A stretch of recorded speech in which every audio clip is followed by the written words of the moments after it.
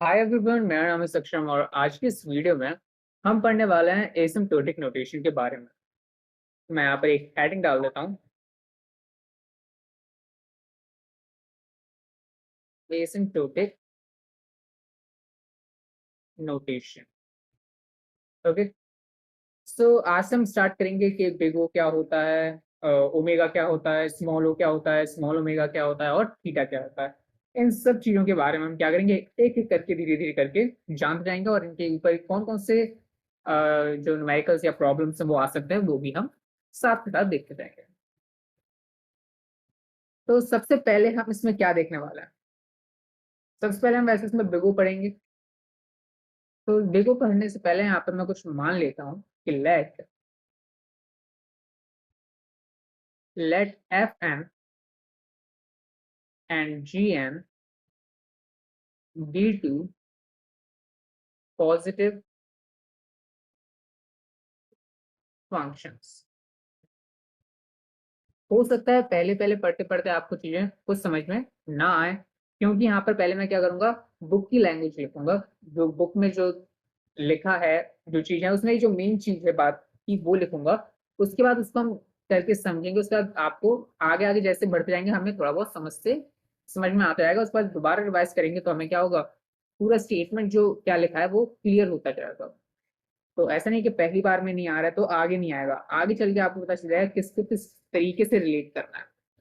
तो जैसे कि मैंने यहाँ पर दो फंक्शंस माने हैं, दो positive functions F N and G N. अब इसका सोचोगे क्या काम होगा, पहले काम देखेंगे उसके बाद दोबारा पढ़ेंगे, फिर समझ में आ जाएगा अच्छा हाँ ये दो फंक्शन लेने पड़ते हैं बस।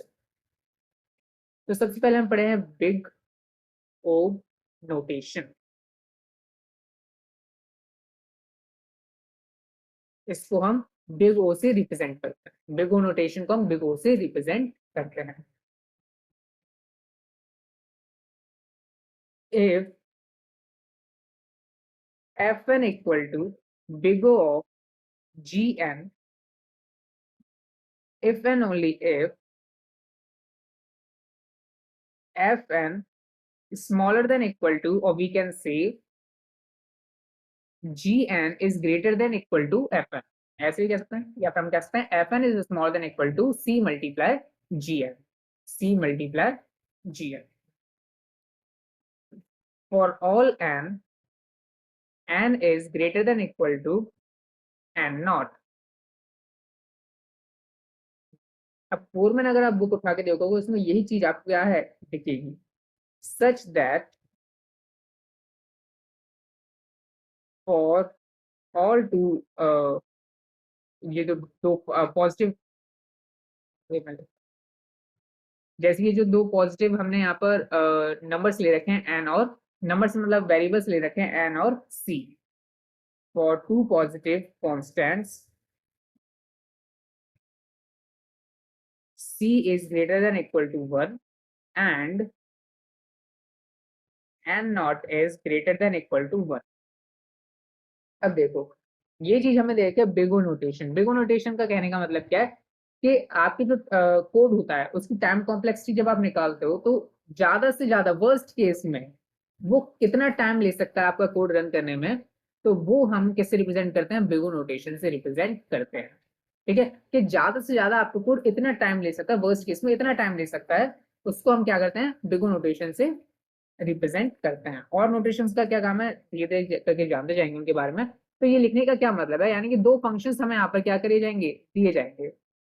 यहाँ पे लिखने का क्या मतलब है, हमें यहाँ पर दो फंक्शंस दिए जाएंगे एफ एन और जी एन। दो फंक्शंस कुछ मान लो, एन मान लो, एन स्क्वायर मान लो, कुछ भी दो फंक्शंस हमें दिए जाएंगे। अभी मान लेते हैं दो फंक्शंस हमें कुछ दिए जाएंगे, हम उसको तभी कह सकते हैं कि F N equal to big of G N, या फिर किसी भी नंबर को जैसे बिग ऑफ एन लिख देते हैं ना, तो हम बिग ऑफ एन किसी भी फंक्शन को हम तभी लिखेंगे जब F N is smaller than equal to C, मतलब कांस्टेंट मल्टीप्लाई उस फंक्शन पे। ठीक है, for all N greater than equal to N not, और यहाँ पर दो पॉजिटिव कांस्टेंट है सी और एन नॉट, जो सी होगा greater than equal to one होगा और एन नॉट जो होगा greater than equal to one होगा। अब इसको हम एग्जाम्पल के थ्रू समझते हैं, उसके बाद हम ये देखेंगे ये चीजों को हमें क्या देखना है। पहले एग्जाम्पल देखेंगे तब इसको समझ में आएगा। अब देखते हैं फर्स्ट एग्जाम्पल। क्वेश्चन ले लेते हैं। Fn में मानता हूं n, Gn में मानता हूं n+10। ठीक है, Fn मैंने माना 10, Fn मैंने माना n और Gn मैंने माना n+10। तो मैं कह सकता हूं Fn equal to big O of Gn सिर्फ और सिर्फ तभी जब Fn मेरा smaller than equal to constant multiply Gn for all n greater than equal to n not. ये लिखा था ऊपर, ये चीज ऊपर लिखी थी। तो Fn की प्लेस में मुझे क्या पुट करना है? Fn की प्लेस में मुझे n पुट करना है। ये n दे रखा है ना, गिवन है n greater than equal to constant c multiply Gn की प्लेस में क्या है? Gn की प्लेस में n+10, n+10। ठीक है, तो अगर मैं यहाँ पर कांस्टेंट को 1 मान लूं तो क्या ये हमेशा इक्वेशन ट्रू रहेगी? क्या n हमेशा छोटा रहेगा या बराबर रहेगा n+10 के? इसको अगर हम एग्जीक्यूट करें तो आप बोलोगे हाँ। कैसे? जैसे कि मैं n की वैल्यू यहाँ पर क्या है, n है और ये क्या है n+10। अगर मैंने कांस्टेंट यहाँ पर 1 मान लिया अभी, ठीक है, कांस्टेंट मैंने 1 मान लिया, तो n अगर मैं 1 रखता हूँ तो n+10 क्या हो जाएगा मेरा? 11 हो जाएगा। अगर मैं यहाँ पर 2 रखता हूँ तो ये 12 हो जाएगा। अगर मैं 3 रखता हूँ तो यहाँ पर ये 13 हो जाएगा। ऐसे करते करते ये जाता जाएगा। ठीक है, तो हमने यहाँ पर देखा कि जो फंक्शन gn है, ये gn हमेशा इससे क्या रहेगा? बड़ा ही रहेगा इसमें, क्योंकि हम +10 करते जाएंगे हर बार, तो हमेशा ये क्या रहेगा? बड़ा ही रहेगा। तो हम यहाँ पर क्या लिख सकते हैं कि हाँ ये ट्रू है। तो हम लिख सकते हैं कि यहाँ पर ये जो है ये स्टेटमेंट ट्रू है, यानी कि ये जो है बिग O ऑफ n+10 लिखा जा सकता है। ये लिखा हमारा जा सकता है। Okay, can equal to big O of n+10, जहां पर c इक्वल टू हमने 1 दिया, कांस्टेंट, कांस्टेंट माना यहाँ पर, ये देख सकते हो। और n नॉट क्या था हमारा? n नॉट हमारा 1। अब ये n नॉट 1 क्यों है? एन नॉट कहाँ पर देख रहा है हमें? वो अभी अगले एग्जांपल में समझ में आ जाएगा कि एन नॉट हमने 1 यहाँ पर क्यों लिखा। ठीक है, अगले एग्जांपल में आपको क्लियर दिख जाएगा कि एन नॉट हमें किस चीज को मानते हैं। कांस्टेंट तो भी देखिए 1 का। ठीक है, इतना समझ में आ गया होगा आपको थोड़ा बहुत कि यहाँ पर जो gn फंक्शन है वो हमारा क्या है, हर बार इससे बड़ा या बराबर रहेगा। तो हमने यहाँ पर n equal to big of n+10 हम यहाँ पर लिख सकते हैं। ठीक है, अगले उसमें बढ़ते हैं, अगले एग्जाम्पल में बढ़ते हैं और उसको समझने की कोशिश करते हैं कि एन नॉट का क्या फंक्शन यहाँ पर हो रहा है। F N equal to n+10, G N equal to n। तो यहाँ पर भी हम कब कह सकते हैं कि एफ एन हमारा big O of G N है? कब कह सकते हैं? कंडीशन चेक करते हैं भाई यहाँ पर हम। तो n+10 greater than equal to n, constant n, constant multiply n, इसी से तो करते हैं हम। तो क्या ये ट्रू है? अब आप खुद देखो कि यहाँ n+10 है, यहाँ पर n है। क्या मैं ऐसे लिख सकता हूँ कि बिग ऑफ n होगा इसका आंसर? अभी हमने पीछे देखा, आंसर क्या है? बिग ऑफ n+10 था। हमने माना कि ये हमेशा क्या रहेगा? बड़ा रहेगा। ठीक है, लेकिन अब ये केस तो बोलोगे ये तो फॉल्स होना चाहिए था, लेकिन ये केस फॉल्स नहीं होगा, ये केस भी हमारा क्या होगा? ट्रू होगा। कैसे होगा वो हम यहाँ पर क्या करते हैं, देखते हैं। तो मान लो मैं यहाँ पर एन सी की वैल्यू कांस्टेंट वैल्यू मान लेता हूँ 2, कुछ भी मान सकते हो। सी की वैल्यू मैंने मान ली, कांस्टेंट मान लिया 2। और मैं इस 4 को क्या करता हूँ, यहाँ पर ये जो नंबर्स लिखे हैं इनमें वैल्यूज पुट करके देखता हूँ। जैसे कि अगर मैं यहाँ पर क्या करता हूँ, अगर मैं यहाँ पर 1 पुट करता हूँ, अगर मैं यहाँ पर 1 पुट करता हूँ, एन की प्लेस में 1 पुट करता हूँ, तो मुझे यहाँ पर 11 मिलेगा आंसर। और यहाँ पर अगर मैं यहाँ पर लिखता हूँ एन इक्वल टू 1, यहाँ पर लिखने की कोई जरूरत ही नहीं, एन इक्वल टू 1, और मुझे यहाँ पर 11 मिलेगा। यहाँ पर सी कांस्टेंट मैंने 2 रख रखा है, तो यहाँ पर मुझे क्या मिल रहा है? मैं ऊपर इसको लिख देता हूँ,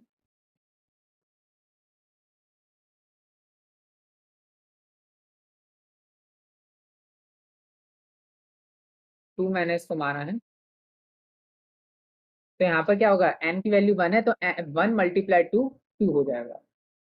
ऐसी मैं n की वैल्यू 2 पुट करता हूँ, n की वैल्यू 3 पुट करता हूँ, n की वैल्यू 4 पुट करता हूँ। ऐसे ही करते करते मैं यहाँ पर कितनी वैल्यूज पुट करता हूँ, 6 7 8 9 10 तक, 10 11, 10 और 11 यहाँ तक मैं इसकी वैल्यू पुट करता हूँ। क्यों करूंगा वो आप देख सकते हो, पहले अभी देख लेते हैं एन नॉट क्या हम समझेंगे, एन नॉट कैसे एन इक्वल टू 2 मैंने पुट करा तो यहाँ पर आएगा 12, यहाँ पर कितना आएगा 12 2 जा 24, नहीं 2 पुट करा है ना, 4 आएगा 4। यहाँ पर सी की कांस्टेंट हमारा 2 है, 2 से तो मल्टीप्लाई होगा, एन की वैल्यू क्या है 2 है तो 2 2 जा 4, 3 देखा यहाँ पर 13 आया, और यहाँ पर क्या है 3 2 जा 6, 4 रखा 14 आया, 4 2 जा 8, 5 रखा यहाँ पर 15 आया, यहाँ पर क्या आएगा 5 2 जा 10, 6 रखा 16, 7 रखा 17, 8 रखा 18, 9 रखा 19, 10 रखा 20, 20 रखा 11 रखा 21। ऐसे यहाँ पर क्या आएगा 16 रखा हमने, सॉरी 16 के सामने क्या आएगा 6 है ना, इनकी वैल्यू 6 है तो 6 मल्टीप्लाई 2 12, ऐसे 7 मल्टीप्लाई 2 14, 8 8 was 16, 9 मल्टीप्लाई 2 18, 10 मल्टीप्लाई 2 20 और 11 मल्टीप्लाई 2 22। यहाँ तक हमने लिख दिया। लेकिन हम यहाँ पर क्या नोटिस करते हैं, हम यहाँ पर नोटिस करते हैं एक चेंज, क्या यहाँ पर 11 था, यहाँ 2 आया, 12 4 13 6 14 8 15 10 16 12 17 14 18 16 और 19 18। अभी तक यहाँ पर क्या चल रहे थे, छोटे नंबर इस साइड हमारे हमेशा अभी तक छोटे नंबर चल रहे थे, लेकिन एक टाइम आया जब यहाँ पर क्या हो गया, ये नंबर बराबर हो गए। एक टाइम आया जब ये नंबर बराबर हो गए, देख सकते हो, एक टाइम आया जहां पर ये नंबर जो है 20 आ चुका है। उसके बाद क्या होने लगा, इस पॉइंट के बाद ये नंबर इंक्रीजिंग ऑर्डर में होने लगे, ये वाले साइड क्या हो गया इंक्रीजिंग ऑर्डर में होने लगा और ये डिक्रीजिंग ऑर्डर में होने लगा। पहले यहाँ पर क्या चल रहा था, ये इंक्रीजिंग चल रहा था, ये डिक्रीजिंग चल रहा था, है ना, मतलब छोटा चल रहा था। डिक्रीजिंग कहने का मतलब है यहाँ पर कुछ डिक्रीजिंग फंक्शन मत मान लेना, मतलब कहने का मतलब है कि ये कम आ रहे थे, इस साइड वाले हमारे क्या आ रहे थे, कम आ रहे थे। डिक्रीजिंग डिक्रीजिंग छोड़ो, अभी अब देख के समझ में आ रहा होगा, यहाँ पर 11 है, यहाँ 2 2 आ रहा है, यहाँ 12 है, 4 आ रहा है, तो इस साइड हमारा क्या चल रहा था, इस साइड हमारा नंबर्स जो थे ये कम चल रहे थे कंपेरिजन टू ऑफ दिस। लेकिन एक पॉइंट ऐसा है जहां पर ये बराबर हो, उसके बाद ये वाले नंबर अब क्या हो जाएंगे, बढ़ने, ये वाले नंबर बढ़ने स्टार्ट हो जाएंगे और ये वाले नंबर जो होंगे उनके कंपेरिजन में छोटे होंगे। ठीक है, ये मैं कह रहा। तो इस पॉइंट को क्या है, ये पॉइंट यहाँ पर हमारा जो n की वैल्यू क्या थी, n इक्वल टू 10 था हमारा, जब हमारा n इक्वल टू 10 था तब से हमारा क्या हुआ है, ये वैल्यूज बढ़ने स्टार्ट हो गई हैं या बराबर हैं, बराबर हैं उसके बाद बढ़ने स्टार्ट हो गए। तो मैं यहाँ पर क्या लिखूंगा,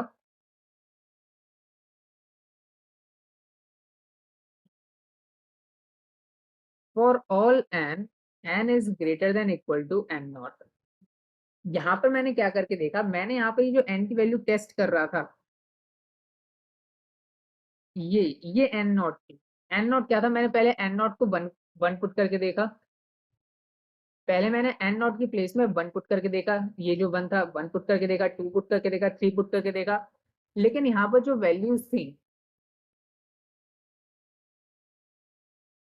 ये हमारी हमेशा छोटी आ रही थी, जो हमें जो प्रूफ करना था वो छोटी ही आ रही थी हमेशा।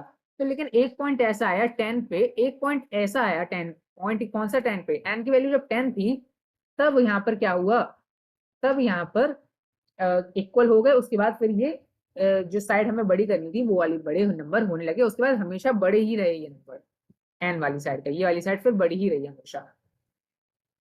तो हमने यहाँ पर देखा कि एन नॉट जब हमारा 10 था और कांस्टेंट हमने कितना माना था, कांस्टेंट जब हमारा 2 है तब हम कह सकते हैं N plus 10 equal to big of N, यानी कि ये भी हमारा क्या है, ट्रू है।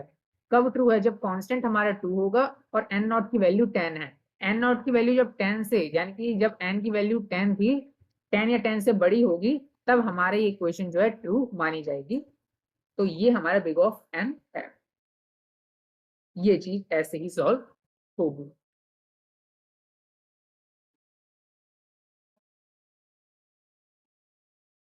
अभी कुछ कुछ समझ में आया तो कुछ कुछ भी कोई बात नहीं, लेकिन समझना धीरे करके पड़ेगा ही पड़ेगा। एफ एन इक्वल टू, और भी एग्जाम्पल करेंगे हम, अभी इसके करेंगे, बिगो के करेंगे, थीटा के करेंगे, ओमेगा के करेंगे, तो और हमें क्या होता जाएगा, अच्छे से और आता जाएगा। जी एन फंक्शन लेते हैं एन स्क्वायर, इसको करते हैं सॉल्व। ऐसे यहाँ पर इसको सॉल्व करते हैं, चलिए इसको सॉल्व करते हैं। क्या हमारा ये ट्रू है स्टेटमेंट, बिगो है क्या ये जी, क्या हमारा एफ एन जो है equal to big O of G N है?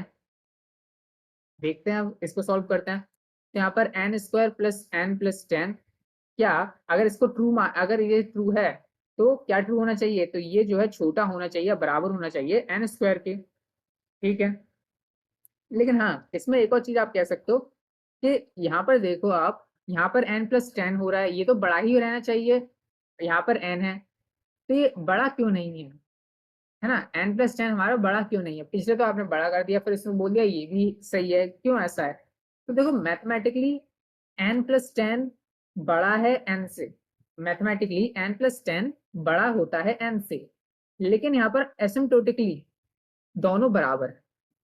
ठीक है, बराबर हैं, दोनों एक दूसरे से बड़े हो सकते हैं।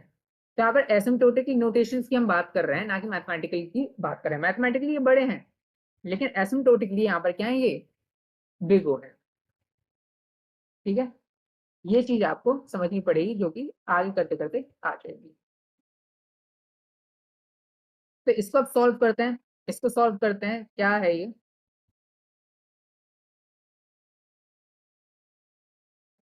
अब यहाँ पर n की वैल्यू हम क्या रखते हैं, n की वैल्यू यहाँ पर कांस्टेंट भी होगा, कांस्टेंट। ठीक है, तो एन नॉट की वैल्यू हम क्या क्या टेस्ट करते हैं, एन नॉट की वैल्यू 1 रखते हैं पहले। एन नॉट की वैल्यू जो मैंने 1 रखी, यानी कि 1 का स्क्वायर 1 प्लस 1, ठीक है, 1 का स्क्वायर 1 प्लस 1 2 प्लस 10 12, 1 का स्क्वायर 1 ही रहेगा, लेकिन मैं यहाँ पर कांस्टेंट कुछ मान लेता हूँ, कांस्टेंट हम यहाँ पर मान लेते हैं 3, तो मल्टीप्लाई 3 इक्वल टू 3। अब ये 3 ही क्यों माना, वो भी हम क्या करेंगे यहाँ पर देख सकते हैं, क्यों माना मैंने 3। फिर हम रखते हैं यहाँ पर n इक्वल टू 1, छोटा है तब भी 2 पुट करके देखते हैं। 2 का स्क्वायर 4, 5 6 16, 2 का स्क्वायर 2 का स्क्वायर 4, 4 से 12, अभी भी छोटा है। n नॉट की वैल्यू बढ़ाते हैं 3, 3 का स्क्वायर 3 0 9, 10 11 12 22, 3 मल्टीप्लाई 3 रखा है, 3 का स्क्वायर 9, 3 का स्क्वायर 9, 9 27, अब देखो ये बड़ा हो गया। ठीक है, तो अब अगर हम देखें आगे, आगे अगर इसकी वैल्यू 4 कर दो, 4 के भी हम देख लेते हैं, यहाँ पर n इक्वल टू क्या है 3 है, हमें ये मिल गया पॉइंट जहां से नंबर क्या होंगे, बड़ा होता जाएगा।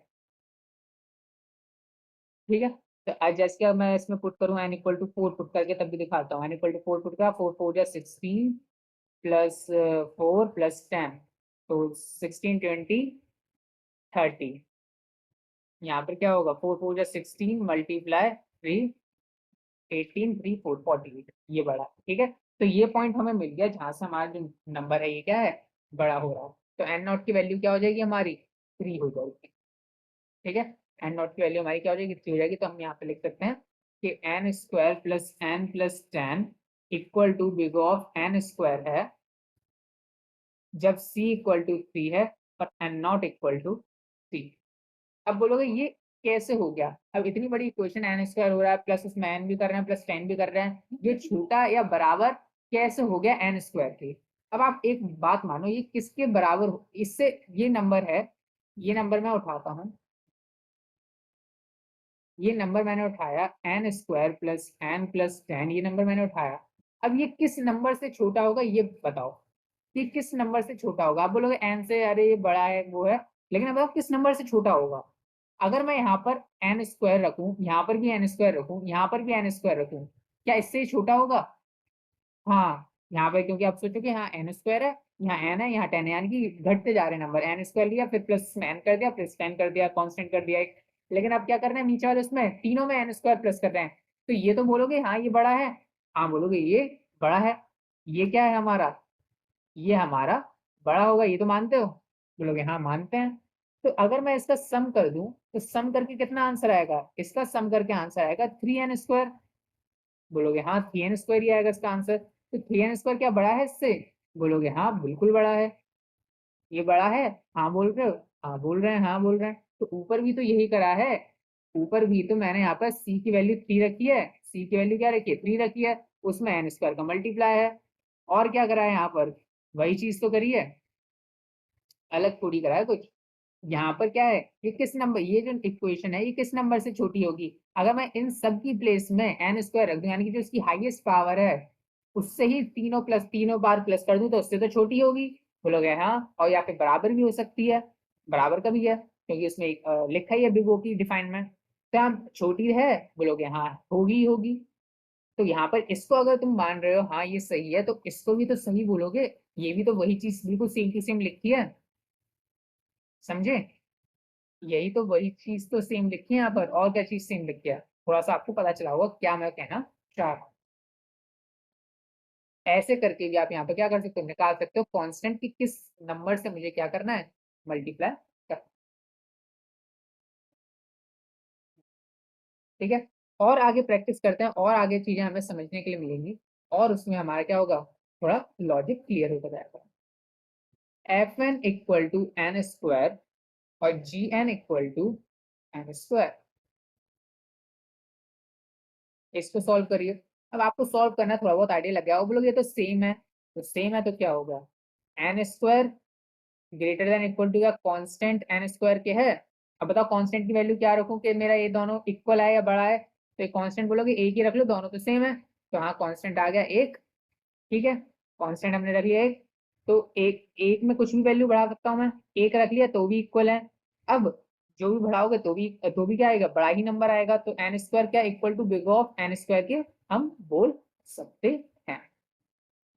बोलोगे n0 का क्या रहेगा, for all n greater than equal to n0, n0 की वैल्यू भी रखेंगे 1, क्योंकि दोनों क्या है बराबर कहाँ से हो रहे हैं, n0 की वैल्यू क्या है बराबर कहाँ से हो रहे थे, मतलब कि बराबर या फिर बड़े कहाँ से हो रहे थे, n0 की वैल्यू क्या है यहाँ पर 3 रखी थी हमने, ऊपर वाले में कहाँ से बराबर हो रहे थे या बड़े हो रहे थे, यहाँ से 10, n की वैल्यू जब 10 थी तब तो गए थे, तो n0 की वैल्यू 10 आ गई। यहाँ पर तो पहले से ही बराबर है, तो n0 की वैल्यू 1 रहेगी, कांस्टेंट भी हम क्या रखेंगे 1 ही रख लेते हैं।